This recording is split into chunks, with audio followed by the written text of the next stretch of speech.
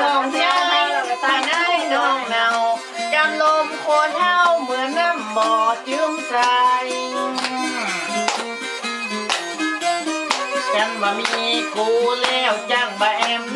ไหลหัวโจใจเป็นใบเป็นบาคุณใจคุณตาก็มาโจยี่นงกว่าเอาเดินหนอเมินนานปะกัน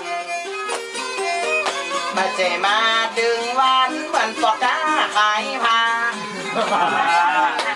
ก็แม่เป็นฝนมานานอย่าโดนเป็นฟ้าแม่บัวกับอาแม่สีบ้านงาเลย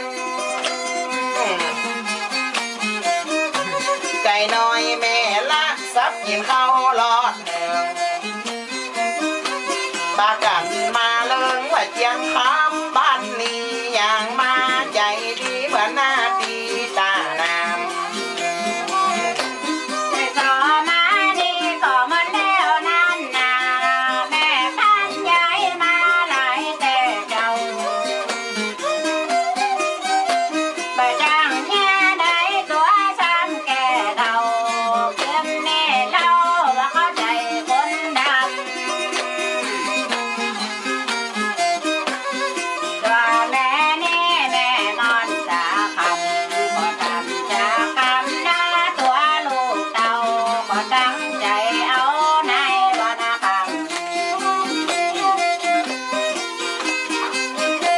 ลูกมาวันนี้มาทำอย่างหา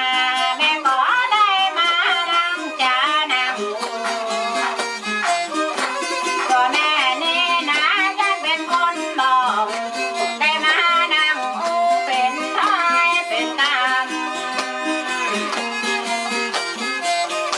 เอาสอวันนี้เป็นเรื่องอาหยังก็ทำจากกำหน้าตัวลูกเก่าบ่จุเมาไปเมียงแปะแต่เรา ตอนบ่มีงานบ่ได้มาป้าบ่มีธุระบ่ใจหันหน้ากัน